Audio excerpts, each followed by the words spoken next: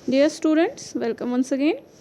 आज के इस टॉपिक में हम कवर करने जा रहे हैं फंडामेंटल राइट्स में दिए गए फोर्थ राइट को, जो है right to freedom of religion. ये काफ़ी इम्पॉर्टेंट राइट है और इस राइट को डेमोक्रेसी का हॉलमार्क्स माना जाता है। डेमोक्रेसी की पहचान क्या है? डेमोक्रेसी में लोगों को बराबरी का हक दिया जाता है और लोगों की अलग अलग ओपिनियंस हो सकती हैं, उनके अलग अलग फेथ्स हो सकते हैं, बिलीव्स हो सकते हैं। उन्हें इसका पूरा हक दिया गया है कि वो उन्हें एक्सप्रेस कर सकते हैं, वो रख सकते हैं, अलग अलग ओपिनियंस रख सकते हैं। और जो उनकी डाइवर्स ओपिनियंस हैं, जो उनके डाइवर्स व्यूज़ हैं, वो किसी भी तरीके से उनके सिविक राइट्स को अफेक्ट नहीं करेंगे। तो ये अधिकार, ये राइट तभी पॉसिबल है जब लोगों के पास रिलीजन की फ्रीडम का भी हक होगा। इसलिए जो डेमोक्रेसीज़ हैं वो लोगों को रिलीजन की फ्रीडम का हक देती हैं। इंडिया में भी ये अधिकार लोगों को मिला हुआ है। अब इस अधिकार के तहत किस किस किस्म की आज़ादी दी गई है, इसके अकॉर्डिंग लोगों को ये हक है कि वो अपने पसंद का रिलीजन चूज़ कर सकते हैं, अपने पसंद के रिलीजन को चूज़ कर सकते हैं, भले ही वो किसी और रिलीजन में पैदा हुए हों। लेकिन उन्हें ये हक है कि अगर वो चाहते हैं वो किसी और रिलीजन को अपनाएं, तो उन्हें ये अधिकार है कि वो ऐसा कर सकते हैं। और जिस रिलीजन को भी वो चूज़ करते हैं, जिस रिलीजन को भी लोग चूज़ कर रहे हैं, उसे वो प्रैक्टिस कर सकते हैं, उसमें दिए गए जो प्रिंसिपल्स हैं उन्हें फॉलो कर सकते हैं। साथ ही साथ लोगों को कॉन्शियंस का भी अधिकार है। कॉन्शियंस का अधिकार क्या है? फ्रीडम ऑफ कॉन्शियंस का मतलब हुआ कि ये लोगों की अपनी इच्छा है, ये उनकी अपनी चॉइस है कि वो किसी रिलीजन को फॉलो करें या ना करें। अगर कोई इंसान किसी भी रिलीजन को फॉलो नहीं करना चाहता है, अगर कोई इंसान नास्तिक है, अथीस्ट है, तो उसे इसका भी पूरा अधिकार मिला हुआ है कि वो किसी रिलीजन को फॉलो करे या ना करे। इसका भी अधिकार लोगों को दिया गया है। तो basically right to freedom of religion क्या क्या फ्रीडम्स देता है? किसी रिलीजन को प्रोफेस करने की आज़ादी देता है कि आप किसी भी रिलीजन को अपना सकते हैं, उसे फॉलो कर सकते हैं और उसे प्रोपगेट कर सकते हैं। प्रोपगेट करना क्या हुआ कि अपने रिलीजन के बारे में लोगों को बता सकते हैं, अपने रिलीजन की इन्फॉर्मेशन लोगों में स्प्रेड कर सकते हैं। इसकी आज़ादी भी right to freedom of religion हमें देता है। लेकिन बाकी राइट्स की तरह ये राइट भी अनलिमिटेड नहीं है। इस पर भी गवर्नमेंट कुछ न कुछ पाबंदी लगा सकती है। ये पाबंदी गवर्नमेंट कब लगा सकती है? अगर गवर्नमेंट को ऐसा लगता है कि किसी भी रिलीजन का कोई कस्टम, कोई भी रिलीजन की कोई प्रैक्टिस पब्लिक ऑर्डर, मोरालिटी या हेल्थ, इनको नुकसान पहुंचा रही है, पब्लिक ऑर्डर को डिस्टर्ब कर रही है, मोरालिटी के प्रिंसिपल्स को वायलेट कर रही है या हेल्थ को खतरे में डाल रही है, तो गवर्नमेंट इन ग्राउंड्स के ऊपर उस रिलीजन के ऐसी प्रैक्टिस या उस रिलीजन का कोई जो भी वो कस्टम ट्रेडिशन होगा उस रिलीजन का, उसको रिस्ट्रिक्ट कर सकती है, उसको बैन कर सकती है।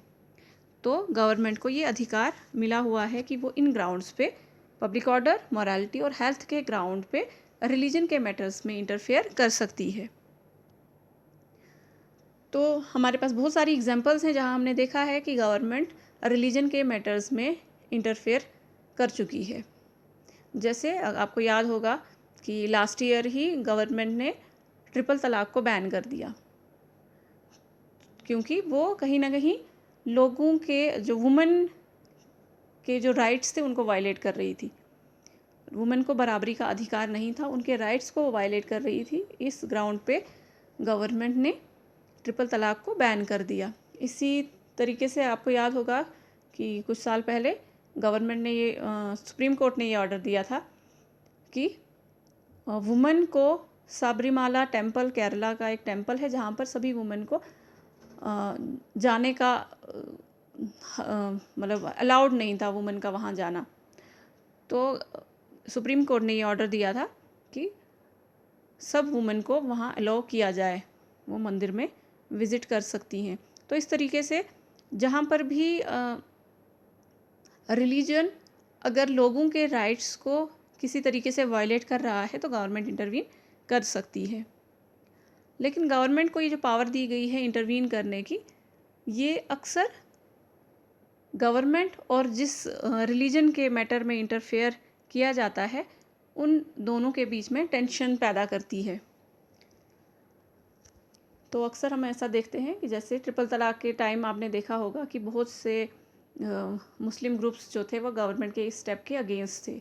इसी तरीके से सबरीमाला के केस में भी बहुत सी ऐसी ऑर्गेनाइजेशन थी जो सुप्रीम कोर्ट के इस फैसले को कंडेम कर रही थी और जिन्होंने इसके बावजूद भी, सुप्रीम कोर्ट के ऑर्डर के बावजूद भी, वुमन को टेंपल में जाने से रोका। तो ये अक्सर गवर्नमेंट और रिलीजियस ग्रुप्स के बीच में टेंशन क्रिएट करती है। एक और टेंशन इस ग्राउंड पे क्रिएट हो जाती है कि कॉन्स्टिट्यूशन ये अधिकार देता है कि लोगों को अपने रिलीजन को प्रोपोगेट करने का अधिकार है। वो अपने रिलीजन के बारे में लोगों को बता सकते हैं, दूसरे धर्म के लोगों को बता सकते हैं और इस प्रोसेस में लोगों को अट्रैक्ट करके अपने धर्म में ला सकते हैं, मतलब कन्वर्जन करा सकते हैं। तो ये जो कन्वर्जन का इशू है, इससे भी अक्सर पॉलिटिकल कंट्रोवर्सीज क्रिएट हो जाती हैं, क्योंकि अक्सर ऐसा भी देखा गया है कि लोगों को लालच देकर या बाय फोर्स कन्वर्ट किया जाता है, जबकि कॉन्स्टिट्यूशन क्लियरली ये कहता है कि कन्वर्जन फोर्सिबली नहीं हो सकता है। बाय फोर्स या कोई इंड्यूसमेंट दे के, कोई लालच दे के लोगों को दूसरे धर्म में कन्वर्ट करना वो अलाउड नहीं है। प्रोपोगेट करने का मतलब है कि प्रोपोगेट करने के ज़रिए अगर आप अपने रिलीजन को प्रोपोगेट कर रहे हैं और लोगों को अपने रिलीजन के बारे में बता रहे हैं और उस प्रोसेस में अगर लोग आप रिलीजन से की तरफ अट्रैक्ट होते हैं और ख़ुद अपनी इच्छा से उस रिलीजन में एंटर करना चाहें, तो इस तरीके की कन्वर्जन जो है, इस तरीके से अगर कन्वर्ट होता है कोई, तो उसका अधिकार है, लेकिन फोर्सिबली कन्वर्जेंस नहीं हो सकती है। ये कॉन्स्टिट्यूशन ने क्लियरली बताया हुआ है।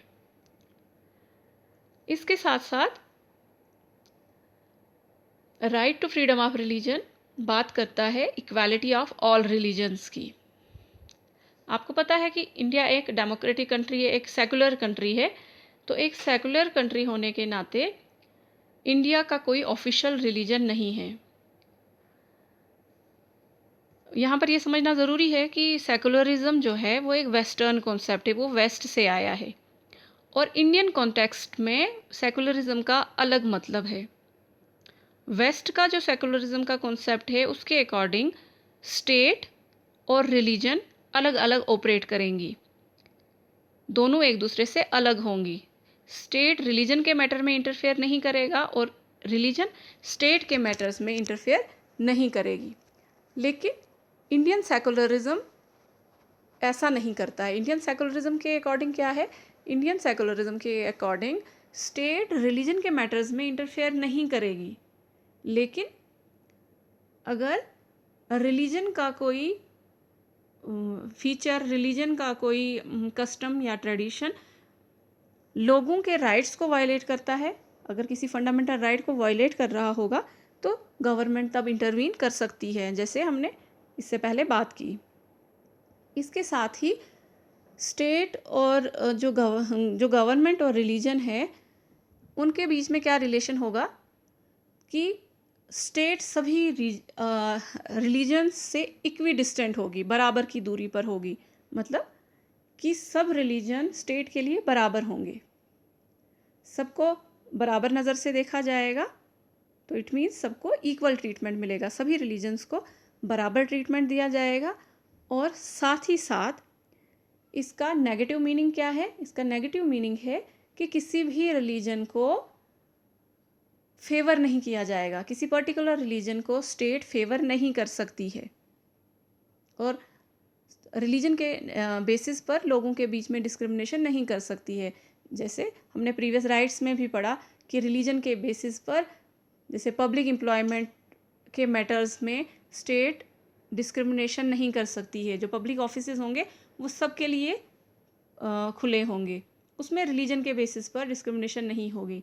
जैसे देश का प्रधानमंत्री, राष्ट्रपति या सुप्रीम कोर्ट का चीफ जस्टिस, जितनी भी पब्लिक ऑफिसेज हैं वो रिलीजन के बेसिस पे उसमें कोई फ़र्क नहीं होगा। कोई भी उन ऑफिसेज को होल्ड कर सकता है, चाहे वो किसी भी रिलीजन का हो।